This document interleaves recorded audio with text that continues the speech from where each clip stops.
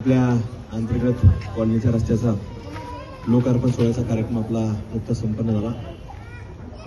या कार्यक्रमाकरता मंचावरती उपस्थित असतात आपल्या कॉलनीतील आपले सर्वांचे मार्गदर्शक ज्येष्ठ सदस्य माननीय वाघसाहेब, उपस्थित असणारे या आपल्या अहिल्यानगर महानगरपालिकेचे उपमहापौर सन्माननीय गणेशजी भोसले साहेब, मर्चंट बँकेचे संचालक, माजी चेअरमन आणि भावी चेअरमन सन्माननीय संजय मामा चोपडा, आपल्या भागाचे त्या नगर शहराचे लोकप्रिय नगरसेवक असणारे व्यक्तिमत्व सन्माननीय प्रकाशरावजी बागानगरे, उपस्थित सर्वच आपल्या कॉलनीतील सर्व आमच्या महिला भगिनी असतील, सर्व ज्येष्ठ नागरिक असतील, सर्व युवक मंडळी आणि ज्यांनी हा रस्त्याचं काम ज्यांनी हे चांगलं उत्कृष्ट चांगल्या दर्जाचं केलं असे देशमुख बंधू, उपस्थित सर्व पत्रकार बांधव.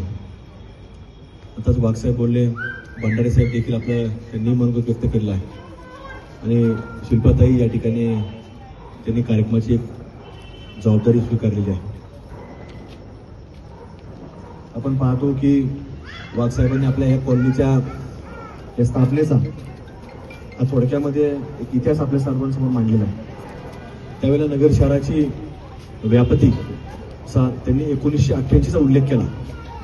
तर 1988 मध्ये या शहराची व्याप्ती अगदी 2 बेसीतलं आपलं शहर म्हणून शहराची एक वेगळी ओळख होती. आणि मग हे शहराची व्याप्ती अगदी 2 बेसीतली असताना नगरची व्याप्ती या भागामध्ये फार काय वाढली नाही. पण ज्यावेळेला नवीन नगरचं एक नवीन उपनगर तयार झालं तर सगळ्यात पहिले त्यावेळेला चोपडा साहेब 90च्या दरम्यानच्या काळामध्ये गुलमर्ग रोडचे एक नवीन उपनगर तयार झालं. नंतर 95च्या दरम्यान आपण पाहिलं तर पाईपलाईन रोडची निर्मिती झाली आणि पाईपलाईन रोडपर्यंत तो विस्तार केला. आणि नंतरच्या काळामध्ये जर पाहिलं, ज्यावेळेला आमच्यासारख्या कार्यकर्त्यांना तुमच्या सर्वांच्या माध्यमातून आमदार म्हणून काम करण्याची संधी मिळाली, त्यावेळेला आम्ही तपोवन रोडचं एक उपनगर तयार केलं आणि त्या भागाचा एक नवीन विस्तार आपल्याला झालेला पाहायला मिळाला. पण मागच्या 15 वर्षाच्या कालखंडामध्ये भोसले साहेबांनी बारकाईने लक्ष दिलं. बागानगर साहेब असाल, आम्ही सगळ्या मंडळीने असेल, सारथनगरच्या भागामध्ये चांगलं लक्ष दिलं. कारण की शहराच्या जवळ असणारा भाग, कारण की शहराची ओळखच ही मध्यवर्ती 2 विषय त्यातला शहर होतं.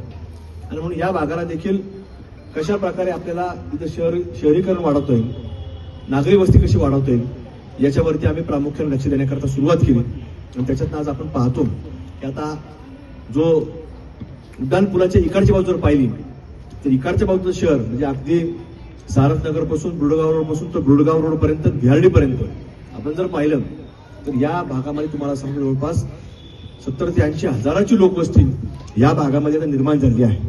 आणि त्याचं कारणच आहे की लोकवस्ती कुठं जात असतील, लोक कुठं राहायला जात असतात, की जिथं सुविधा मिळत असतील तिथं लोक रहवासा करता जात असतात, राहायला जायला असतात.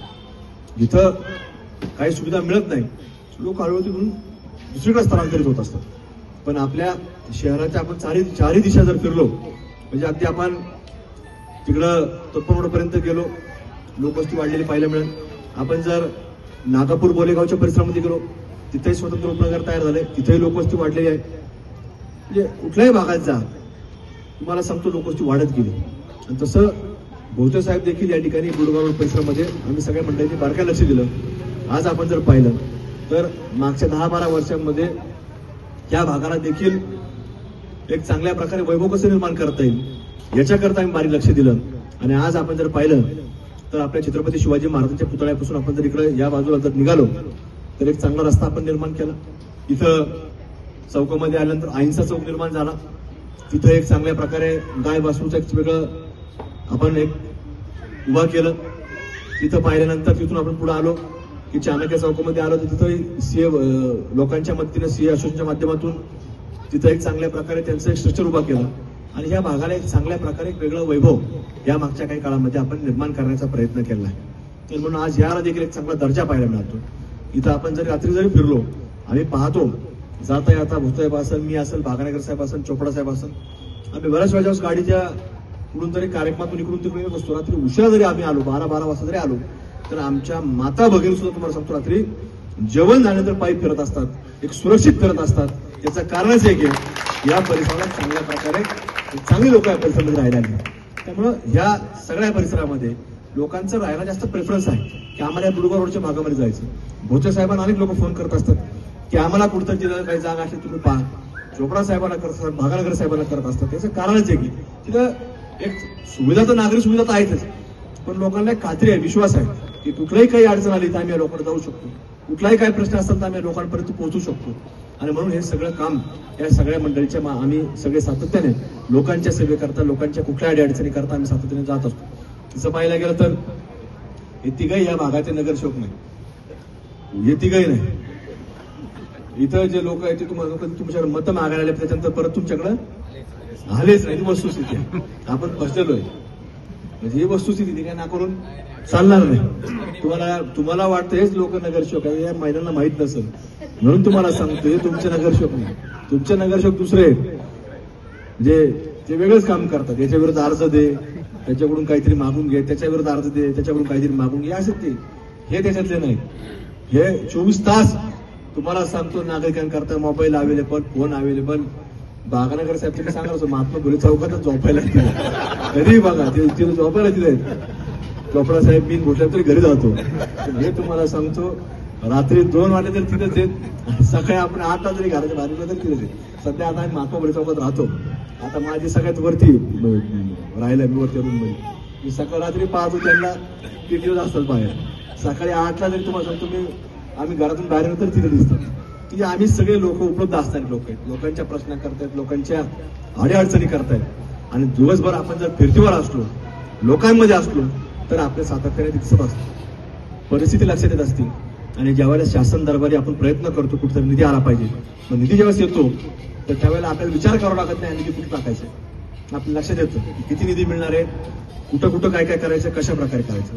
आणि हे काम जे सुचवलंय ते चोपडा साहेब, हे काम जे सुचवलेलं आहे हे काम करणं आवश्यक आहे. ते भोसले साहेबांनी सुचवलं की आपल्याला याच्यावरती आमदार निधी टाकायचं, हे काम आपल्याला स्वाती कॉलनीचं पूर्ण करायचं, जरी आपला वॉर्ड नाही तरी आपल्याला पूर्ण करायचं. म्हणून कारण की आमची सगळ्यांची चर्चा होत असतील, आम्ही सांगत असतो हायवेच्या इकडचा भाग बारीक लक्ष द्या, तुम्ही लक्ष द्या. कारण सगळेजण वेगवेगळ्या भागामध्ये लक्ष देत असतात. त्यांनाही आम्ही मागं सांगितलं आपला वॉर्ड जरी नसला आता पलीकडे इकडे जी आपली कॉलनी आहे नंदनवन कॉलनी, तिला सुद्धा तुम्हाला सांगतो या मंडळीने आता रस्ते मंजूर करून घ्यायचे. आता सोशल मीडियावर काही टाकतात ते लोक की आम्ही टाकलं, आम्ही निधी केला, पण तुम्हाला सांगतो ते दिसलेच नाही.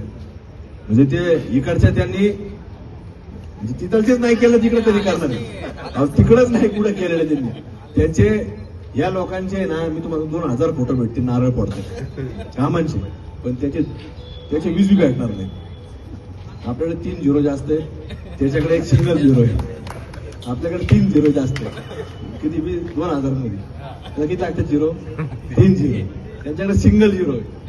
म्हणजे हे काम करण्याचं एक कुठेतरी इच्छाशक्ती लागते सातत्याने. कारण की हा जो शहरामध्ये आपण पाहतो की यांच्या वॉर्डामध्ये सुद्धा सांगतो की हे जो निधी आलेला आहे हा संपूर्ण महाराष्ट्र सरकारकडून आला आहे. त्याच्याकरता देखील तुम्हाला सांगतो आम्ही लोक मागच्या 1.5-2 वर्षामध्ये किमान यांनाही मी तुम्हाला सांगतो 200-300 वेळा घेऊन गेलो असेल मुंबईत. आपल्याला जायचंय, निधी आणायचंय, पण या लोकांची तळतळ असते, तळमळ असते. आणि म्हणून या भागामध्ये देखील आज चांगल्या प्रकारे विकासात्मक काम आपल्याला पाहायला मिळतं. आज आम्ही अभिमानाने सांगू शकतो की आपल्या या उपनगरामध्ये म्हणजे उपरगाव रोडचं उपनगर नवीन उपनगर आहे. म्हणजे आपल्या संपूर्ण अहिल्यानगर जिल्ह्यामध्ये म्हणजे अगदी तिकडच्या अकोल्यापासून इकडे कर्जत जामखेडपर्यंत असेल, इकडे पाथर्डीपासून इकडं शिरूरच्या बॉर्डरपर्यंत असेल. मी तुम्हाला सांगतो कातंडे सांगतो की या जिल्ह्यामध्ये म्हणजे अकोला एक पर्यटन स्थळ आहे. अकोल्यामध्ये जर तुम्ही गेले भंडारदराच्या परिसरात मुंबईसारख्या जिल्ह्यांमधून, मुंबईसारख्या भागातून पर्यटक येतात, तर ते पाहण्याकरता पर्यटक येतात. पण तिथं आपल्या जिल्ह्यामध्ये कुठेही म्युझिकल फाउंटन नाही, पण तो आपल्या बुळगाव रोडच्या उपनगरामध्ये साईनगरच्या उद्यानामध्ये आज जवळपास 4 कोटी रुपयाचं म्युझिकल फाउंटन त्या ठिकाणी उभा राहिलं आणि दर शनिवार रविवार ते म्युझिकल फाउंटन चालू आहे. आता दुसरं शिल्पदाय होणार आहे गंगा उद्यानमध्ये, त्याचं आता याचं काम चालू आहे, स्टेडियमचं त्याच्या पायऱ्या बांधून सिटिंग कॅपॅसिटी ते चालू आहे. म्हणजे हे सगळं नियोजन हे मागच्या काळामध्ये आपण केलं आणि हे सगळं काम सातत्याने वेगवेगळ्या संकल्पना मांडण्याचं काम असेल, त्याच्यावरती काम करण्याचं काम असेल, भोसले साहेबांच्या माध्यमातून आम्ही प्रत्येक ठिकाणी आम्ही केलं आहे. आणि म्हणून आज आपल्याकडं हे सगळं काम तुम्ही आता बरेच लोक गेले असतील, लहान मुलांना लोक घेऊन तिथं प्रत्येक शनिवारी रविवारी तिथं मोठी संख्या लोकांची तिथं पाहण्याकरता असतील. मागच्या 26 जानेवारीलाच त्याचं उद्घाटन झाले, म्हणजे त्याला 1 वर्ष आता पूर्ण होईल. आणि मोठ्या संख्येमध्ये तिथं प्रत्येक शनिवारी आपल्याला शनिवारी रविवार लोकांची गर्दी पाहायला मिळते. कारण ते शनिवार रविवार चालू असतं. कारण की बाजूबाजूला लोक बसते, लोकांनाही तिथं त्या म्युझिकचा, त्या आवाजाचा, गर्दीचा त्रास झाला नाही पाहिजे. आणि त्याचं एक वेगळं महत्त्व हे टिकून राहिलं पाहिजे. म्हणून या भागामध्ये हे सगळं काम चालू आहे. म्हणजे आज फक्त रस्तेच नाही तर सगळ्या विषयांमध्ये आपल्या शहराचं वैभव कसं वाढेल ते चौकशी प्रकाराच्या माध्यमातून वाढवलं. लोकांना मनोरंजनाकरता असं, लहान मुलांना खेळण्याकरता साईनगरचं मोठं उद्यान ते निर्माण झालं, तिथं म्युझिकल फाउंटन निर्माण केलं. तर अशा प्रत्येक विषयावरती आम्ही सातत्याने काम करत असतो. म्हणून आज या शहरामध्ये आपण पाहतो की मागच्या 10-12 वर्षाच्या कालखंडामध्ये अनेक लोक बोलतात की आता शहर बदललेलं आहे, शहरामध्ये विकासात्मक काम होतं. आणि म्हणून या आज उड्डाणपूल जवळपास 17-18 वर्ष आपण याच्यावरती उड्डाणपुलाचे स्वप्न पाहत होतो. संपूर्ण नगर शहर पाहत होतं कधी उड्डाणपूल होईल. काही राजकीय लोकांनी म्हणजे त्या ज्या वेळेला तो रस्ता पूर्ण झाला बागनगर साहेब, म्हणजे त्या टेंडरवाल्याचं काम होतं की DSP चौकापासून शिरूरपर्यंत, आणि त्याच्यामध्ये जो टोल सुरू झाला सुप्यामध्ये, तर त्या टोलच्या टर्म्स कंडिशन अशा होत्या की तो टोल जोपर्यंत उड्डाणपूल पूर्ण होणार नाही तो टोल चालू करायचा नाही. पण आता त्यावेळेला काही आर्थिक तडजोडी काही राजकीय मंडळींनी केल्या, तो टोल सुरू करून दिला आणि उड्डाणपूल रखडून गेला. त्यावेळेला फक्त 12 कोटी रुपयाचा उड्डाणपूल होता. पण आता त्याची किंमत झाली जवळपास 250 कोटी रुपयाचा उड्डाणपूल दिला. म्हणजे किती तफावत झाली. या 17-18 वर्षामध्ये एवढी रेट वाढून गेली. पण फक्त काही राजकीय लोक स्वतःच्या फायद्याकरता ते उड्डाणपूल तुम्हाला सांगतो झाला नाही. हरकत नाही, त्या लोकांच्या हाताने व्हायचं नसेल म्हणून झालं नसेल. तुमच्यासारख्या लोकांनी आम्हाला संधी दिली, आमच्या हातून घडायचं असेल ते चांगलं झालं, मोठा उड्डाणपूल झाला. आता पुढच्या काळामध्ये आता DSP चौक असेल, MIDC जाणारा सन फार्मा चौक असेल, पुढे सह्याद्री चौक असेल, हे तिन्ही उड्डाणपूल आता पुढच्या काळामध्ये करायचे. त्याच्याकरता देखील आमचा आता प्रयत्न सुरू आहे की जेणेकरून या शहरामध्ये चांगल्या प्रकारे सगळं काम झालं पाहिजे. आणि आम्ही प्रत्येक काम करत असताना तात्पुरता विचार करत नाही किंवा निवडणुकीपुरता विचार करत नाही. कारण तुमचं काम जे सुरू झालं ते निवडणूक झाल्यावर सुरू झालं. आमचं नियोजन असं असतं की आपल्याला कामच असं करायचं की पुढच्या कमीत कमी 10-15 वर्ष ते चाललं पाहिजे, की ज्याच्यातनं कुठंतरी आम्हाला या कामातून मोकळं झालो तर आम्हाला कुठेतरी शहराच्या बाकीच्या प्रश्नावरती लक्ष देता येईल. कुठंतरी हे शहर कशा पद्धतीने निर्माण करायचंय, एक प्रत्येक विषयावरती काम करताना विजन असून विजन ठेवून आपल्याला काम करावं लागतं. म्हणून एका एका कामातून आपल्याला बाजूला होणं आणि त्यातलं पुढची संकल्पना मांडणं आणि पुढच्या कामावरती आज आपल्याला काम करण्याचा प्रयत्न करतो. म्हणून आज आपण जर पाहिला तर आज ज्या शहरामध्ये सगळ्या ठिकाणी आपल्याला कॉन्क्रीटचे रस्ते पाहायला मिळतात. निवडणुकीच्या काळामध्ये काही लोकांनी सांगितलं आता निवडणूक आल्या, कामं सुरू झालेत, लोकांनाही वाटतं, पण तसं नसतं. कारण की आम्ही निवडणुकीच्या लोकसभेच्या आचारसंहिता एप्रिलमध्ये लागली, पण आम्ही मार्चमध्ये त्याची मंजुरी आणली होती. पण आचारसंहिता लागल्यानंतर सगळे कार्यालयीन प्रक्रिया ऑफिशियलची प्रोसेस जुलैपर्यंत चालली. म्हणजे ह्या जुलैमध्ये झाल्यानंतर लगेच त्याचे टेंडर झाले आणि वर्क ऑर्डर झाल्या आणि आपल्या कामाला सुरुवात झाली. लोकांना वाटतं की काही राजकीय लोक असे असतात, काही आमचे राजकीय विरोधक देखील असतात, त्यांना वाटतं निवडणूक आली म्हणजे रस्त्यात कामं सुरू झाली. पण त्याला निधी असतो, त्याला बाकीच्या प्रक्रिया असतात. त्या सगळ्या करण्याकरता देखील फार मोठा प्रचंड त्याला मेहनत करावी लागते. आणि सगळं हे काम आता सुरू झालेलं आहे. त्यामुळे आता हे जे रस्ते होणार आहेत ते पुढच्या भविष्यामध्ये किमान 15-15 वर्ष तरी आपले टिकले पाहिजे अशा प्रकारचे रस्ते आपल्याला करण्याचा प्रयत्न आपण केला.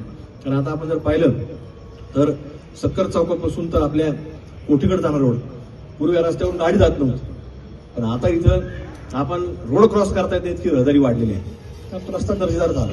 याच्यावर एवढी हेवी ट्रॅफिक झाली कारण उड्डाणपुराचं काम चालू असताना संपूर्ण हेवी ट्रॅफिक सुद्धा जायची. पण रस्ता तो जो बनवला त्या हेवी ट्रॅफिकच्या अजिबात त्याचा इस्टिमेटचा नाही, पण तरी देखील त्या रस्त्याला काही झालं नाही. आणि एवढा चांगला दर्जाचा रस्ता आपल्या शहरामध्ये पहिले आहे हा झालेला आहे. आणि याच्याच धर्तीवरती आज आपले सगळे रस्ते शहरामध्ये रस्ते असे चालू आहेत. आता नवीन जे रस्ता होतोय तारकपूरचा, म्हणजे त्याची जी क्वालिटी आहे ती नॅशनल हायवेची क्वालिटी आपण पकडलेली, की जेणेकरून पुढच्या 20 वर्ष त्या रस्त्याला कुठे काही झालं नाही पाहिजे. आज आपण पाहतो की या रस्त्याला त्याच्या स्टॉर्म वॉटर केल्यात, म्हणजे पाऊस थांबला की 2-3 मिनिटात आपला रस्ता ड्राय दिसतो. कारण त्याला दोन्ही बाजूने स्टॉर्म वॉटर आहेत, म्हणजे फक्त पावसाच्या पाणी वाहून जाणाऱ्या स्टॉर्म वॉटर रेल लाईन त्या प्रत्येक रस्त्याला आता आपण पकडलेला आहे. म्हणून येणाऱ्या काळामध्ये हे सगळं रस्त्यांचं जाळं निर्माण झालं की शहर निर्माण होणार आहे. चांगल्या प्रकारे त्याला एक चांगल्या दर्जाचे रस्ते निर्माण होणार आहे. आपल्याला पुढला एक पाहुणा आला, म्हणजे आजच तुम्हाला सांगतो की तुमच्याकडे सुद्धा एखादा नवीन माणूस 2-5 वर्षांनी आला असेल तर त्याला तो तुम्हाला सांगाल की शहर बदललं. उड्डाणपूल झाला, इकडे चौकात आलो त्याला चौक दिसल, चांगला रस्ता दिसल, चांगले दुकानं दिसतील, चांगल्या प्रकारचे लोक काही आपल्याला दिसतील. फक्त काही राजकीय लोक आहेत ते बोगस आहेत, तोंड पाहिलं तर बघू वाटत नाही असे लोक दिसतात. त्याला सांगायचं ते आले की डोळे झाकून घे. काय आता असतं ते काय प्रत्येक शहरात, आपल्या इकडे ते असं नाही. कारण की आता ते लोक शहरावर बोलतात, तुम्हाला सांगतो त्यांच्याकडे म्हणजे असे लोक आहेत राजकारणामध्ये ही काही मंडळी की त्यांचा कुठला व्यवसायच नाही, त्यांच्याकडे आधार कार्ड नाही, जे आधार कार्ड फक्त निवडणुकीमुळे काढलेले, पॅन कार्ड नाही, आणि व्यवसायच काही नाही. त्यांचा फक्त व्यवसाय कुठला आहे, इकडे अर्ज दे त्याच्याकडून काहीतरी मिळव, तिकडे अर्ज दे त्याच्याकडून काहीतरी मिळव, ज्याला आपण थोड्या सोप्या भाषेमध्ये ब्लॅकमेलिंग म्हणतो. हे ते असे लोक आहेत काय, कारण व्यवसायच नाही. त्यामुळे अशा प्रकारचे लोक हे राजकारणामध्ये फक्त काहीतरी व्यवसाय म्हणून पाहतात, करिअर म्हणून पाहतात. तसं हे क्षेत्र करिअर नाही, हे सेवा करायचं क्षेत्र आहे. त्यामुळे सेवा करण्याचं काम हे आम्ही सगळे मंडळी सातत्याने करतोय. म्हणून या शहरामध्ये तुम्हाला सांगतो जे बदल होतोय याला करिअर नाही तर याला एक आपल्याला सेवा म्हणून आम्ही पाहतो. म्हणून तुमच्यासारखे लोक देखील आम्हाला एकदा नाही, दोनदा नाही तर तिसऱ्यांदा संधी देण्याचं जे काम करतात ते फक्त या सेवेमुळे करतात. कारण करिअर जे असतं त्यांना आपल्या वडिलोपार्जित लोकांनी केलेलं असतं, ते करून ठेवलं असतं, तुम्हाला नाव दिलं असतं, आपल्याला ते फक्त पुढे घेऊन जायचं असतं. आणि तशा प्रकारे हे सगळं काम आम्ही सातत्याने करत आलोय आणि पुढच्या काळात देखील आम्ही करत राहणार आहे. आता उद्या तरुण निवडणुका येतात. आता आम्ही लोक तुम्ही आम्हाला ओळखता, सगळेजण ओळखता नाही ओळखता, आता यांनाही ओळखता तुम्ही, म्हणजे आम्हाला सगळ्यांना ओळखता. आता नवीन लोक आता उद्या निवडणुका लागतील तर महापालिकेच्या परत रसाळता येईल. पुढे अजून लगेच लागतील काही माहित नाही, पण 4-2 महिन्यात 6 महिन्यात येतीलच. न ओळखणारे लोक येतील, त्यांचा कधी राजकारणाचा म्हणजे सांगणार आम्हाला विकास करायचा. त्याला विकास सुद्धा लिहिता यायचा नाही, पण त्याला विकास करायचा असतो. पण निवडणूकमध्ये असे लोक येत असतात ते फक्त आपण ओळखायचे असतात. आपल्याला 12 महिने 24 तास कोण माणूस आपल्यामध्ये असतो हे आपण लक्षामध्ये ठेवलं पाहिजे. आणि निवडणूकमध्ये त्याच गोष्टीचं मूल्यमापन हे फार महत्वाचं असतं. आता विधानसभा आम्ही पाहिले, विधानसभा आत्ताच झाल्यात 2 महिन्यापूर्वी. अनेक नावं तुम्हाला सांगतो, 25 नावं आली. मी तर म्हटलं होतं जाहीर पेपरला आव्हान केलं, एकदाच होऊ जाऊ द्या, किती लढायचं रडू द्या, कळलं तरी पाहिजे कोणाला किती मडतं पडतं. आता जे सारखे बोलतात ना, तुम्हाला सांगतो मागच्या 2021 मध्ये ते लोक लढलेले आहेत, म्हणजे 2008 मंत्र्यांना पडले आमदारकीला. या सुद्धा लोक आहेत नगरमध्ये. लोकशाही आता त्याला काय आपण म्हणू शकत नाही कोणाला कोणी उभं राहायचं का नाही राहायचं, तो भाग नसतो. पण आता या महापालिकेमध्ये सुद्धा तुम्हाला सांगतो लोक येणार, आरोप करणार. काही लोक वेगळ्या विचाराचे असतात, काही म्हणजे काय आपण सांगू शकत नाही. त्यामुळं आपल्याला फक्त ती लोक ओळखले पाहिजे आणि 24 तास उपलब्ध असणारा, काम करणारा फक्तही पाहिजे. आणि तो उपलब्ध आहे आता झाडू कामगार रोज उपलब्ध आहे, त्याचा उपयोग नसतो. या सर्व्हिसला एक काम करणारी इच्छाशक्ती असणारा, विजन असणारा माणूस लागतो. आणि ते या सगळ्या निवडणुकीमध्ये आपल्याला काम करायचंय. त्यामुळे पुढच्या काळामध्ये आपण सर्वांनी बारकाईने तो विचार करावा. आम्ही निवडणुकीला परत येऊ, तुम्हालाही आम्ही मतदार म्हणून विनंती करण्याकरता येणारच आहोत. त्यावेळेला मात्र तुम्ही त्याच पद्धतीने आज आम्हाला संधी दिली तशी पुढच्या काळामध्ये देखील आम्ही ज्यांना मतं मागण्याकरता येऊ त्यांची देखील आमची सर्वांची सामुदायिक जबाबदारी ती काम करून घेण्याची राहील. त्यामुळे आजच्या या कार्यक्रमाच्या निमित्तानं तुम्ही सगळेजण आलात, थांबलात, त्याबद्दल तुमचे मनापासून या ठिकाणी आभार व्यक्त करतो.